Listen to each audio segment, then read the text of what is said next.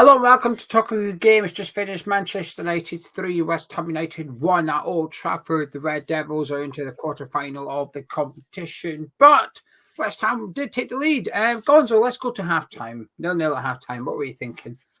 Brilliant. I was thrilled, actually. I thought most of the best players on the pitch were West Ham players. There was so much good stuff going on. I thought I loved the Paqueta and Benrahma link up. There was looking really good. Benrahma was sensational in that first half, actually, and felt like Emerson had marked Anthony out the game. But I'll tell you what, I thought Johnson was doing a pretty damn fine job against old what's his name on the Garnacho on the other side as well.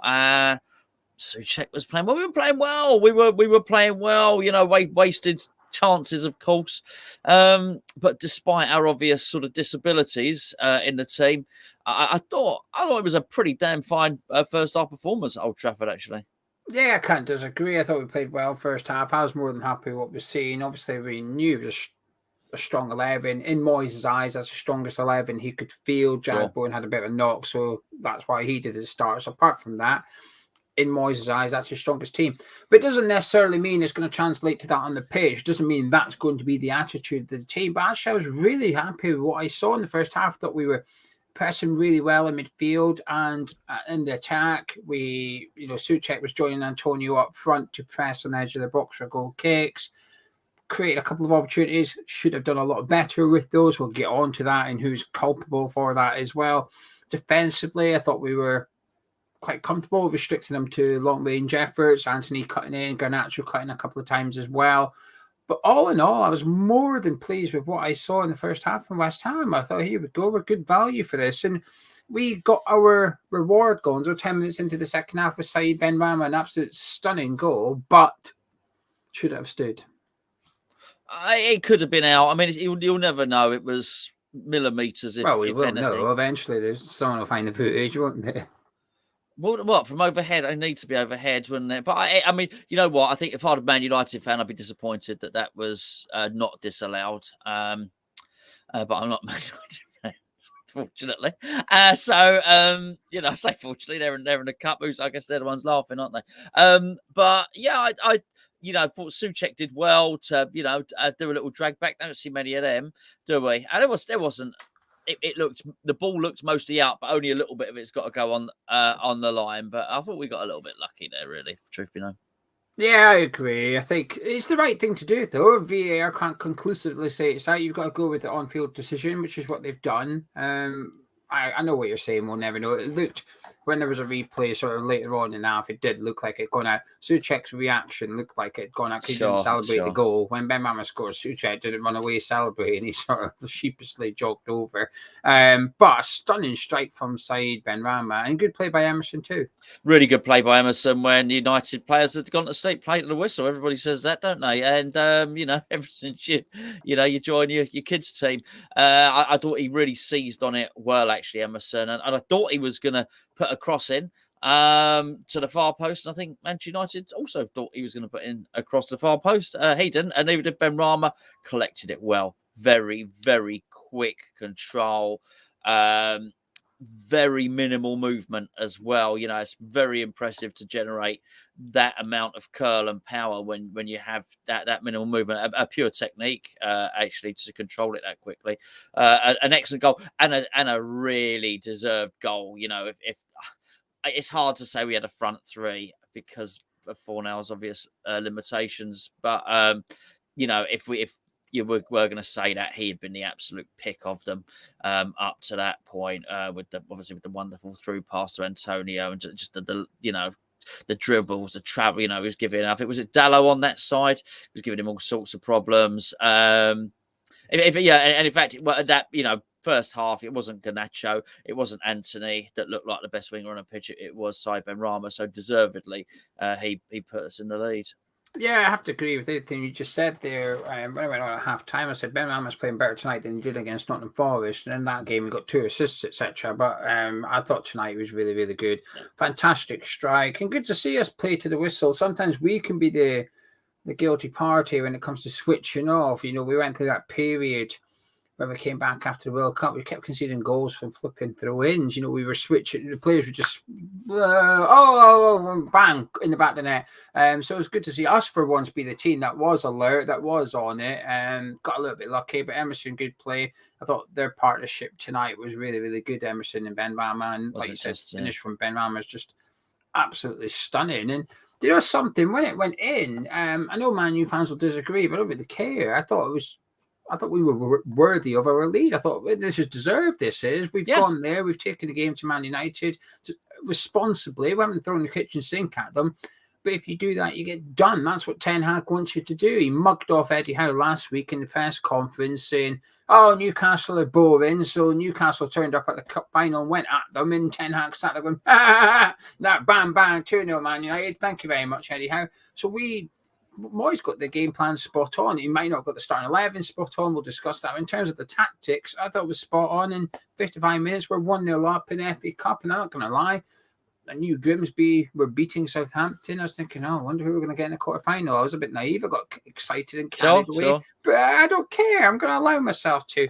I got carried away for 20 minutes, Gonzo. And then it was 1-1. I mean, Casemiro did score. It was ruled off for offside, but this one did stand. Another header, unfortunately, off a Gerd. Yeah, I mean, he was causing us all sorts of bother. But there's been a stat doing the rounds that we haven't conceded from corners this season. And it's still going to count in the Premier League, though. That's still going to pop up. Yeah, the only team not to concede from a corner in the Premier League. Yeah, I mean, fair enough. But it gives the impression that we're really good at defending that stuff. You wouldn't have thought that today if you'd have seen us. The deliveries were so good from Fernandes. There caused us all types of bother. We were really struggling at that point. And it was an awful header to head it towards the goal. There was definitely some miscommunication there between him and Areola. Undoubtedly, something happened. Again, we'll never know, because in COVID football, we might have known, because we might have been able to hear something in a loud stadium. Well, sorry, not loud stadium, in Old Trafford. You're not going to even at that stadium, you're not going to be able to hear it. But it's because I guess the West Ham fans were making noise anyway, weren't they? But it was it was an unfortunate header from a Gerd, really. But I mean, bad day at the office for him. Let's be fair, wasn't it? But yeah. Well, what can you say? But they'd come back into it. I do think we were the best team for 60 minutes, but then the pressure really told. And let's be perfectly frank. I don't want to take anything away from David Moyes and the team for 60 minutes, but it was sort of close-ish to our best team against their reserves. And then, the old manager started to crank it up and bring some others on. But I mean, Fernandes had been on there all game, to be fair to him, but he started to purr a little bit with those deliveries, didn't they? Yeah, the equaliser felt a little bit inevitable. They were just starting to batter us a little bit. Casemiro made a big difference when he came on, and as soon as we scored, Rashford came on, and he did just sort of up the tempo, up the ante, and I think it upped the home fans a little bit as well. I think they started to believe they were going to get back into it, and it's unlucky from a Gerd. It's unfortunate. It doesn't look comfortable when you watch it back. Seems to have his head like to the side when he's flicking it. I don't know why, because he's not under any pressure.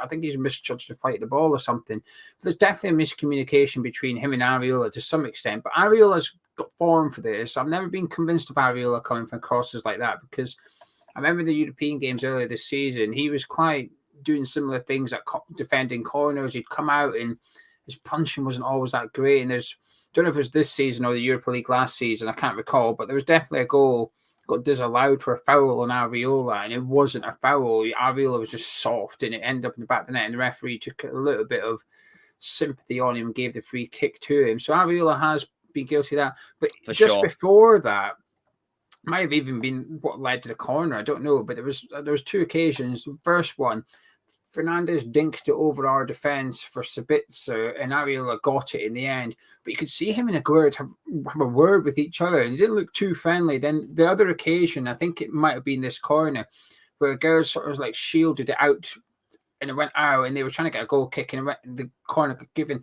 And again, Aguerd sort of scowled at Areola, and they started having words between them. So I don't know if Areola doesn't want to come for it and Aguero's expecting him to, Yeah. or what? I don't know what it is, but there's 3 occasions in that goal as well. Because as soon as it happens, you can see Aguero looking at Areola saying, "What you doing?" You can see Areola saying, "I was coming to punch it." So 3 occasions in the space of about 10 minutes, them two were not on it, and the language isn't a barrier between those two. So it's a bit of a strange one, really.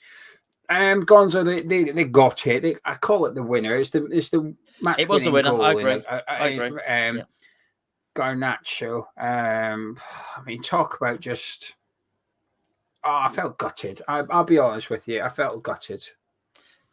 It is. I mean, yeah, football can kill you like that, can't it? Because you start to have a little bit of hope, don't you? That we're gonna win the game. We're gonna do something, and because by this point, of course, we've had the second missed opportunity with Antonio as well, which again sort of gives you a little we've done bit the subs with Bowen and Scamacca's on the pitch now as well.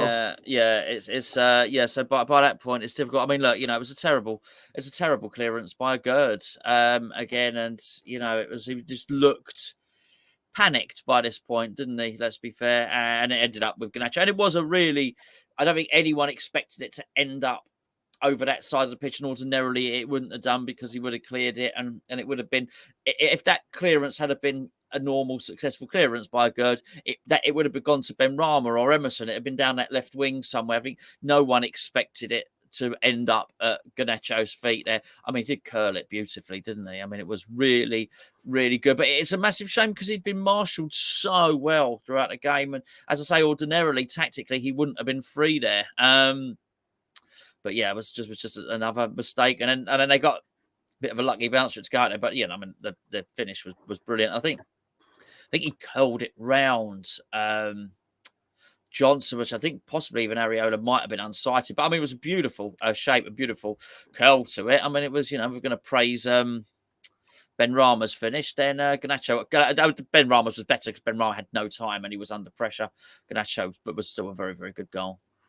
Yeah, it's one of them. The more you watch it, the more you feel more than one player can be doing better. First of all, there's no excuse for that poor clearance. He did one prior where he sort of shanked it with his right foot and it flew out for a corner and it wasn't clean. But you put that down to him being out of position, playing right side of the centre back. He's using his right foot. He's on his weak foot. He's uncomfortable. But this one, there's no excuse for this one. He's not. Yes, he's still out of position technically, but that's a clearance I expect any centre back to make.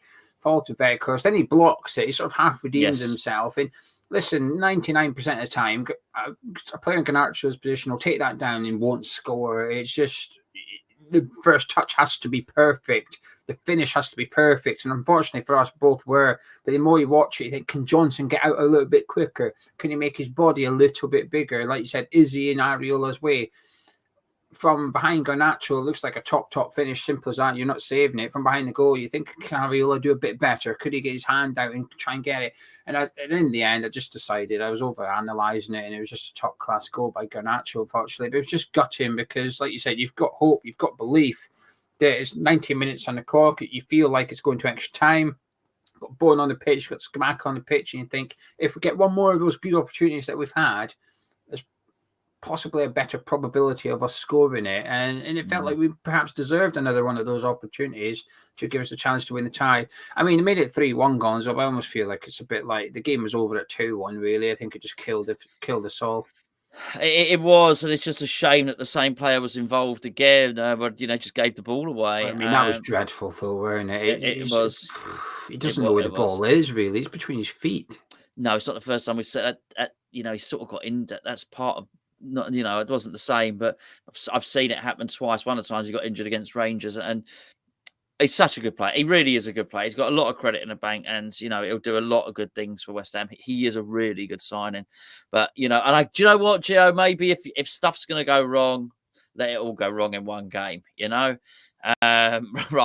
Rather than one big mistake, you know what I mean? One big mistake against Man Utd, one big mistake against Brighton, one big mistake in Europe. I think the worry is he's Mr. Reliable, and he's at fault for all 3 goals. I mean, the worst thing is the one he's least at fault for is the own goal. You're right. Yeah. So, I mean, I felt for him. I really did. But I think, I think he might be a big enough character to deal with this and take it on his shoulders. I think he's got leadership qualities, but yeah, a really bad day at the office from him. Terrible performance, actually. So, what can you say? But he's not the the thing is, if we can just jump to that other stuff, he had a really bad game, and unfortunately, we had, I don't know, I think we had sort of 6 players with really good games or whatever, and it's just he had a really bad game. And his mistakes, Antonio's mistakes were sort of the same. Do you know what I mean? But they were just the strikers' versions of those mistakes, and that sort of cost us as well. And it's just a bit of a shame for the other players who had, players like Emerson, like Johnson, Bonner, his partner, even, Souček, been players who played. Benrahma, of course, we mentioned players that played really well. It's a shame for them that there's just someone making errors in central defence and someone, making errors up front. A bit of a shame, really.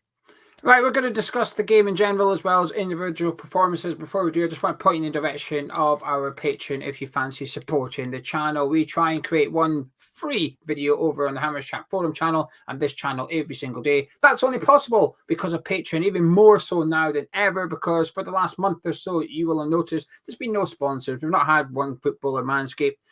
We don't want to work with people that we don't trust or we don't like their brand or what we would be promoting. We don't believe in that item. We don't like it, so we're not going to do it.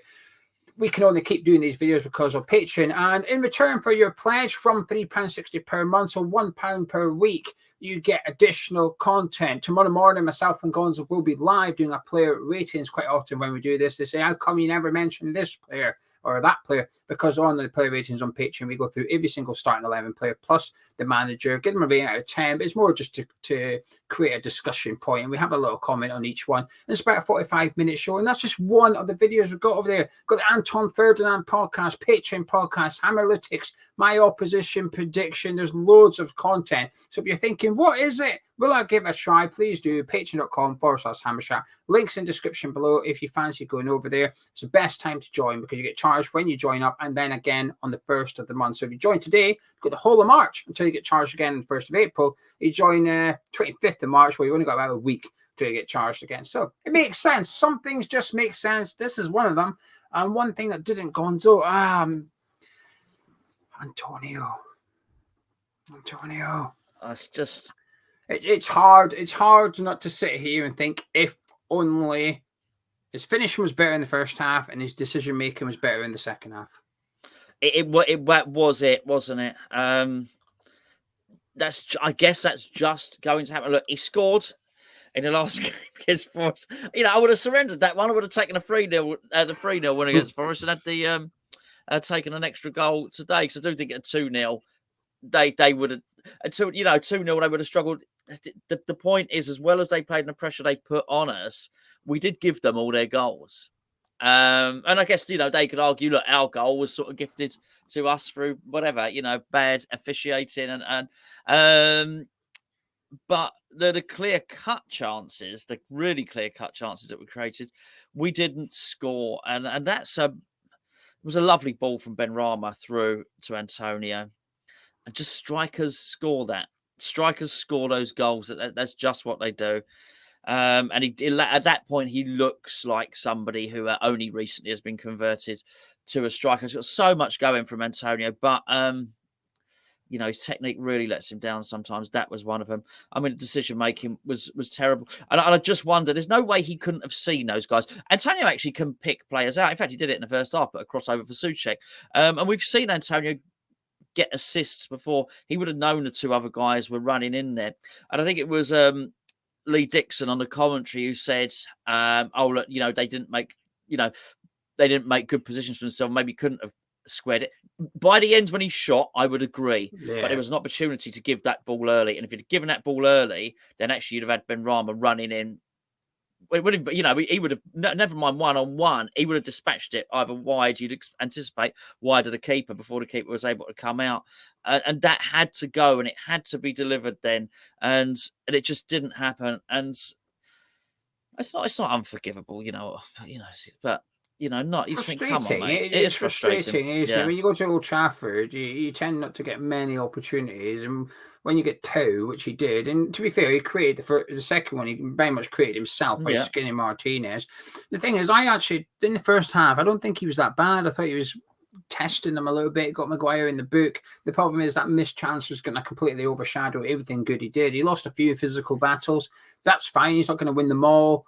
And I thought he was putting himself about quite well. I thought he was doing all right. The second half, I think he started flagging pretty quickly, and I think he should have been brought off long before he actually was removed. But that second one's the one that's a bit frustrating because there's always going to be this dispute that he's not actually a striker, so can we play him on the wing? Now, the first one, that is a striker's opportunity, but the second one, I would argue that's a winger's opportunity where you're cutting in, and you've got support arriving in the middle, make the right decision. He did the wrong decision. So what he's essentially done is basically say to Moyes, you can't really play me on the left wing or right wing either, because this is what I'm going to do. I can't make the correct decision when I'm presented with this opportunity. And he makes it himself. Like I said, he goes one-on-one with Martinez and goes by him. I thought, as well. Brilliant. Go on, get going. And then, like you said, he just took two strides too many. And he ended up having no option other than to shoot. But had he just been a little bit more composed, a little bit more aware, there was better options on there. They were screaming for it as well, those players that were running into the middle. You could see them.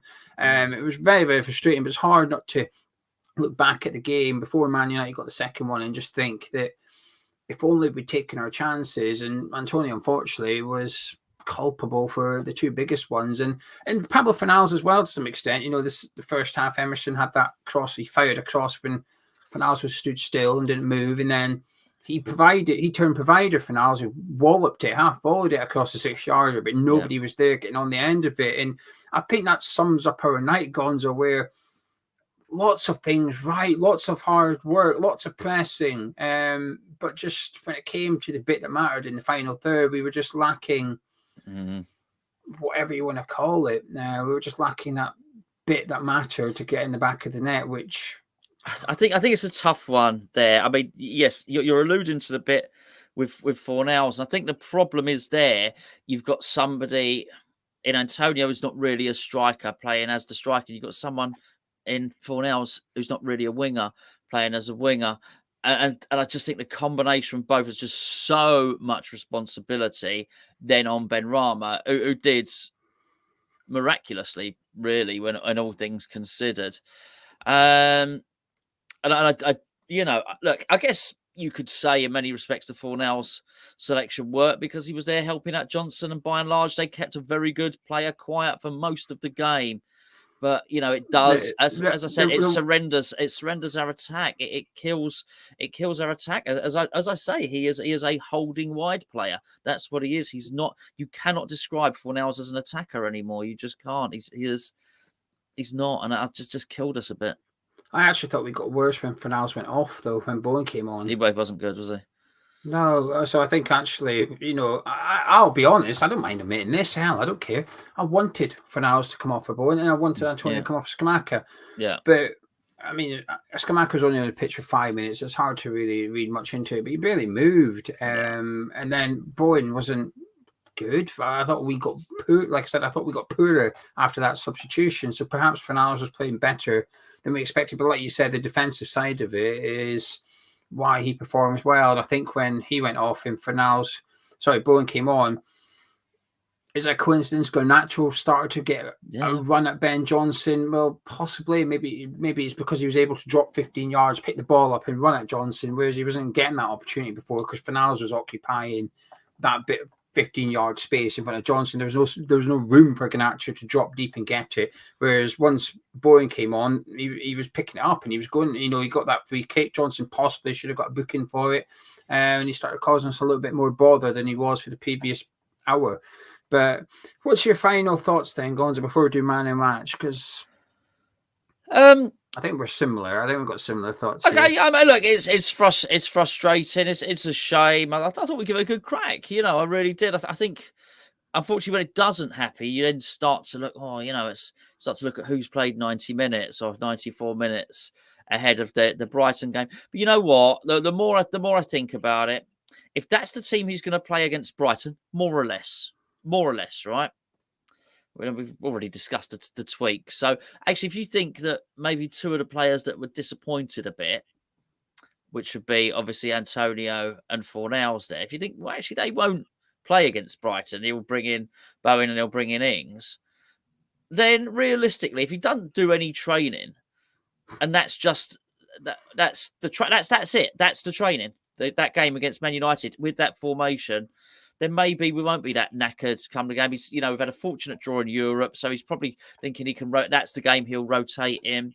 So I'm just arguing with myself, really, because the longer it went on, I thought, oh, there's a lot of players doing 94 minutes here who we're going to need. I don't think they'll be that knackered against Brighton. So I can't complain. We went for it. I absolutely believe we went for that. Moyes tried to win that game, and just, I don't even think it was. I think the players let him down. I think Antonio missing let him down. I think a Gerd let him down. And when I say let him down, let his tactics down. It was all right. It works out all right. We had a go. I can't really have any complaints. I just think we went out because of individual stuff, really. Yeah, I think there was two problems. One was, like you said, the individual players just not quite taking their chances or giving chances in the Gerd's case. And the second was the substitutions took too long. And like I said, yes, we got worse when Bowen came on and whatever, but it doesn't mean that Fornals was playing that well to stay on the pitch. Sure. It just meant that Bowen didn't perform really well, which ties into point one. Some of the individual players let the manager down. But I think he got his tactics spot on tonight, actually. And if everybody, like you said, those few players performed a bit better, we'd be in the draw. We'd be playing Fulham at home in the quarterfinal of the FA Cup. I feel okay tonight, actually, Gonzo. I feel pretty positive. I thought we were a lot more positive in our play than I expected. I thought our pressing all over the pitch was really, really good. Emerson at left back was really good, which is really pleasing. And this is what you want. If you're going to lose a game in the FA Cup, you want to come out with a decent amount of positives that you can take into your next league game. And I think we've done that tonight. Emerson being the big one. We have a bit of an issue at full back because Soufal's injured.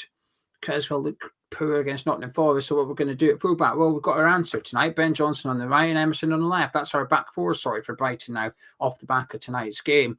And like you said, Ings will come in and Bowen will come in, and that's the team picked, really. And Benrahma is said, well, you can't drop me either. Here's what I'm going to do, Gaffer. So David Moyes' team for Saturday is sorted. So that's got to be promising. I think we played well tonight. We played well. Ten Hag will come away from that going, we got a little bit lucky. We got a little bit fortunate tonight with our Gerd's own goal. And then from then on, he went and made two defensive errors. Would you have done that without? It's impossible. You're never going to know, but it's understandable if it wobbled him. Any final words on your man of match, please? No, look, onwards and upwards. We give it a go. Fine. We go on to Brighton, which was always the most important game. It was the least of the three, Geo, for me. The Man United one, it was Brighton most important. Then obviously through to the knockouts in Europe as well. So a bit unfortunate. We gave it a go. Well done. Benrahma. I'm not just saying that because of the goal. I mean, I had him, I wrote down my notes. I had him down as the best player in the first half for us anyway. Then he goes and caps it off with a goal. Really, really good. Really took the fight to Man United. And as I say, for 60-odd minutes, 65 minutes, he was the best winger on the pitch. So, well done, Benrahma. Yeah, good. Missed opportunity tonight because I think that Man United team was, like I said, it's as weak as you're going to get this season, play Man U, and I think you could see that. Like you said, I know you did it with a smirk on your face, which said it was nearly our full strength against Man U reserve. Ultimately, that's what it was, and I think a little bit better decision-making from the players and substitutions, we could be in the quarterfinal, and that's frustrating, but overall, we played well. A lot of players played well. I don't blame you for picking Saeed Benrahma. He's not my man of match. My man of match, do you know something? It was possibly going to be Ben Johnson until Garnacho scored that goal. And Ben Johnson is partially at fault for that. He could be doing better. So I'm going to stick with my second choice, which is Lucas Paqueta.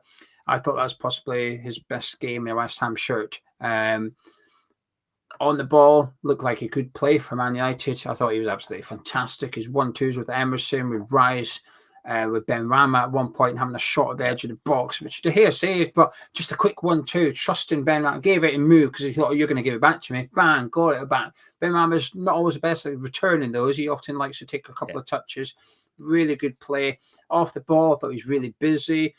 Quicker than I expected. At one point, Anthony had the run on Ogbonna going down that right touchline, and Paqueta just overtook everybody, backed him up. I thought, wow, there we go. There's a little bit of pace I didn't know he had, actually. Not always the best in terms of positional discipline. Sometimes you'll go close a player down, then chase the ball rather than stick with his man, and that man becomes free. But you have to accept that with Paqueta, I think. And it's not because he's lazy. If anything, he's working too hard. He's still chasing the ball. But I thought Paqueta was fantastic tonight. I thoroughly enjoyed watching his performance. And, you know, Nottingham Forest really good tonight, really good from Paqueta. I can't wait to see him against Brighton, because that's the type of game he'll be allowed to play quite well. Brighton don't mind, you know, keeping the ball on deck, playing some football and stuff. And I think Paqueta is going to relish that game on Saturday. So I can't wait. So shall we leave there, my friend? Yeah, absolutely. Yeah.